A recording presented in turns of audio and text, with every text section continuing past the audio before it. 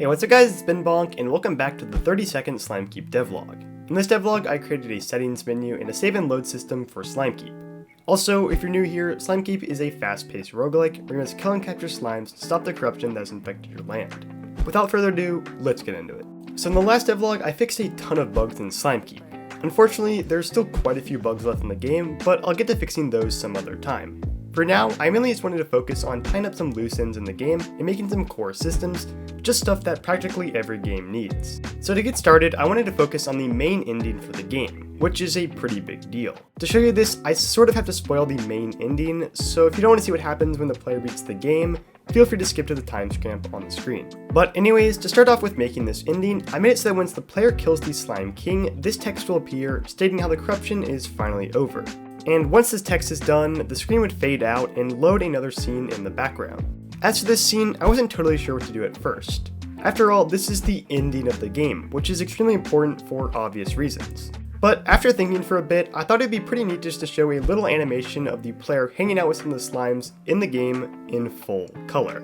If you don't know, the green color palette in Slimekeep kind of represents the corruption spread by the Slime King, so to make this ending have an impact, I thought it'd be awesome to show what a bunch of these sprites would look like in actual full color.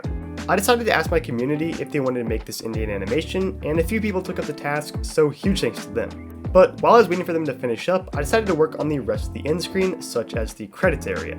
I imagined the player being shown the animation, and once clicking their mouse, the camera would slowly pan down to the credits, and I just imagined a standard credit screen slowly panning down, showcasing the people who help with the game's development, which in Slimekeep's case is a whole lot of people.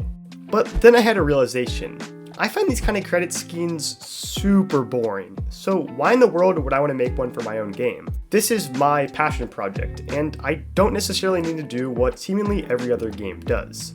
So I decided I wanted to make an actual interactive and cool credit screen. However, there's a bit of an issue with this. If a credit screen is too interactive and gamey, it's hard to actually pay attention to the contributors. So I wanted to try to make a balance, something that is interactive and unique, but also adequately recognizes people who help with the game's development.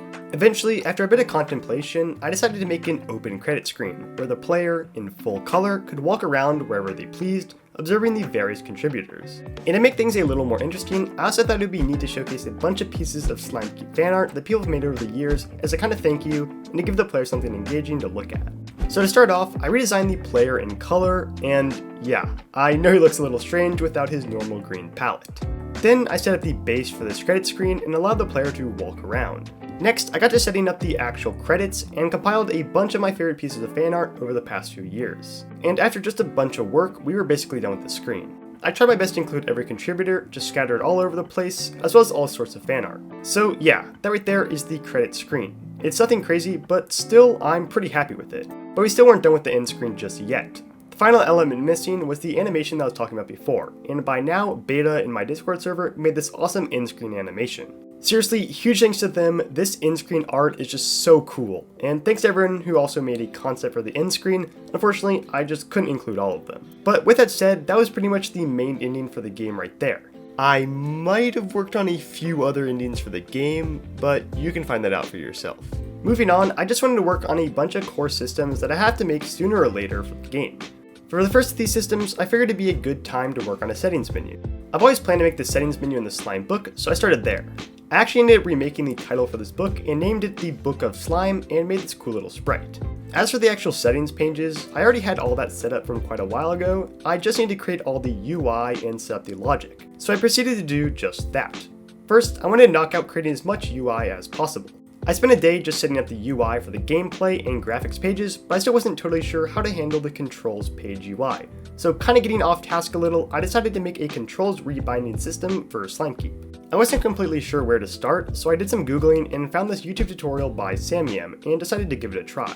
But there was a little bit of a problem here. This tutorial used Unity's new input system. I've always heard about this new input system, but I've never actually used it myself. But I figured I might as well give it a try. So I took on the daunting task of converting every single input in Slimekeep to use the new input system. Instead of using input.getKey or getMouseButton, we had this input actions asset that would store bindings for every possible input type in the game, such as moving or dashing, for example. Then I just went around replacing every old input reference with a reference to this asset. So if I change the keybind for an action, such as interacting, it'll update across all scripts automatically, which is kind of neat. I'm sure I could have found a way of making this rebind system without the new input system, but whatever, I just went with it at the time. But once migrating to the new input system, you can see that the game looks and feels the exact same. But it just felt really good to see the game actually function again after breaking it completely for a few hours. Regardless, it was time to actually start working on this rebind system. And honestly, I kinda just went head under following the tutorial and ended up with this. The player could click on any keybind and a screen would pop up asking them what they'd like to rebind that key to. And once pressing a key, that input would now be rebinded and actually work in game.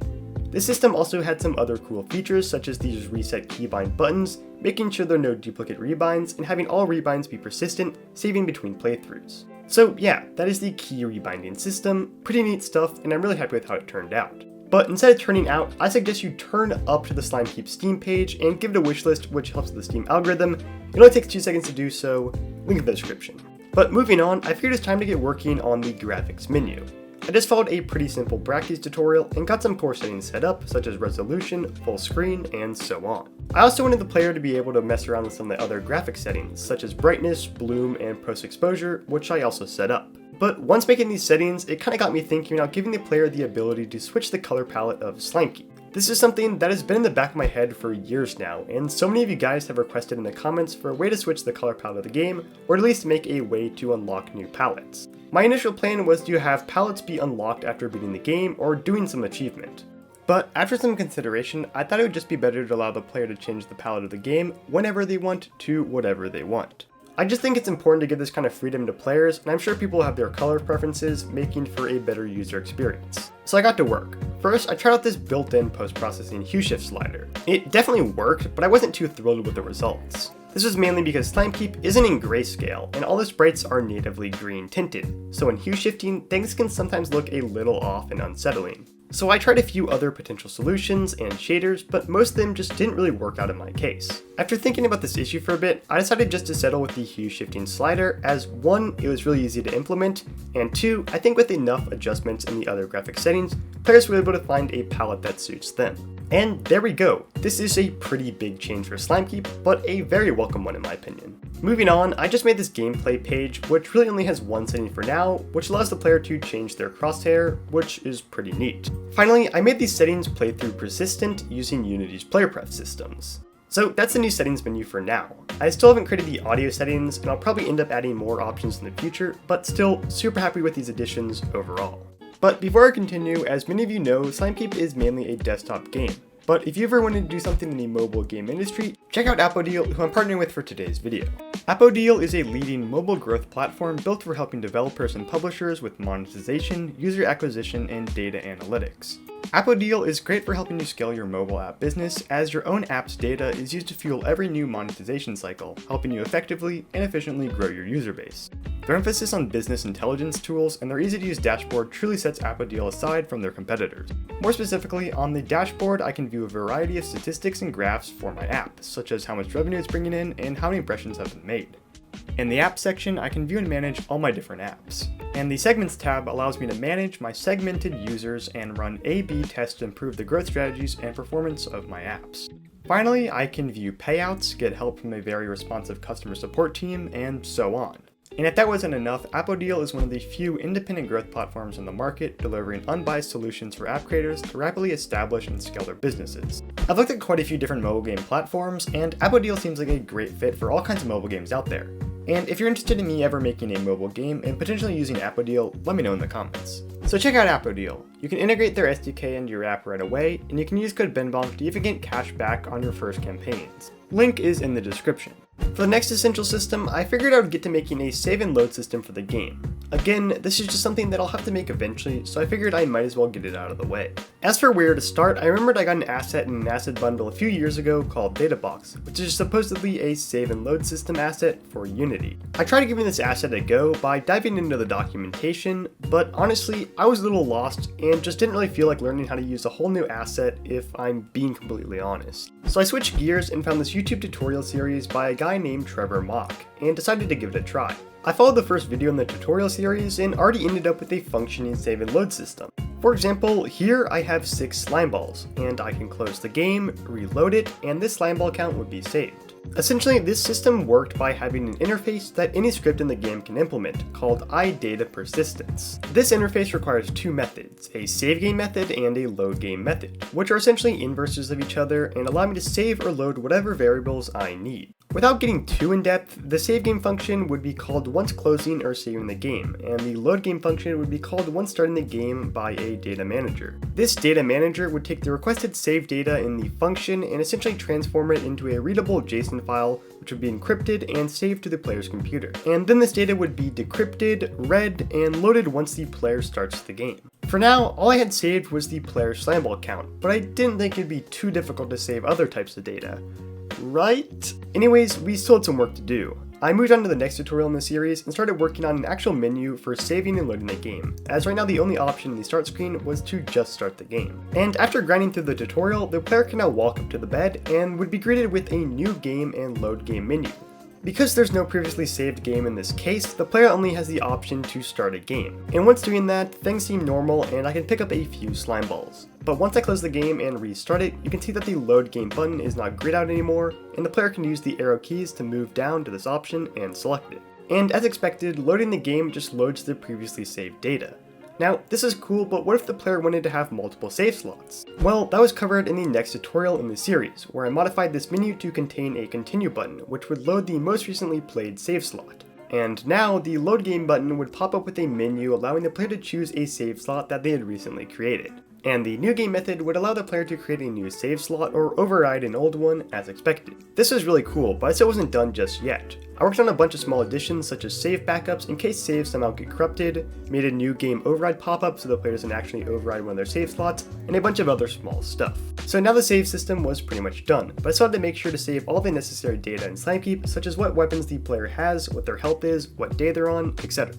And this process was going pretty smoothly at the start, but then I started to have all sorts of issues with the more complex data types that I wanted to save. For example, saving upgrades was no easy task, as apparently you can't serialize abstract classes, which means you can't write them to JSON files, and if you can't do that, you can't save that type of data with how the save system works. So I spent forever trying to figure out how I could save the player's upgrades, and eventually I just came up with a solution where instead of storing a list of the upgrade class, I would store a list of strings which could be easily serializable. Then when I load the game, I can just loop through this list and convert each string into an instance using activator.createInstance. And all I have to do to save these upgrades is to just convert them to strings upon saving. So this ended up actually working. I know it's not an ideal solution or anything, and I'm sure a bunch of you guys in the comments are going to roast me, because there's probably a way better way to do this, but whatever, it works and gets the job done for me. But that wasn't the only trouble I had. I was in even more pain trying to figure out how to save these slime pets upgrades, which weren't even stored in a list and were just individual functions. I tried all kinds of stuff, like making a list of delegate functions, but of course there were issues there, and I'll just save you the time and pain. I just ended up doing a very similar solution to what I did with the player's upgrades and just stored the name of the functions as a string. But with that said, we still weren't done just yet. I always forgot I set up a system to save these settings menu values with the Unity player pref system, which just isn't ideal, so I'm converting the settings menu to use this newly made save system. So now you can see I can go in game, mess around with these settings, close the game, restart it, and this data will be loaded even inside of the start menu area, which is a whole nother task by itself. It would also persist to the actual game scene, which was pretty neat. And that right there is the new save system. Super awesome stuff in my opinion, and I'm really glad I finally knocked this out of the way. Huge thanks to Trevor Mock for making such a great tutorial series. But for the final small change in this devlog, there are a few hard-coded interacting pop-ups in the game that would tell the player to press E, the interact key, to do something. But because the player could now rebind this interact key to whatever they wanted, I needed to update these pop-ups. So I wrote these 2 lines of code that would do just that by getting the interact keybind path, edit and format it into a string, and show that rebind key to the player. So in-game, the Slimeinator tells the player to press E, and the same goes for the boat. But if I rebind my interact key, these pop-ups will update according to that new binding, which is pretty neat in my opinion. But with that said, that's all I have for this devlog. Super happy with all these changes, so let me know what you guys think. Anyways, I'll see you guys in the next video. Bye.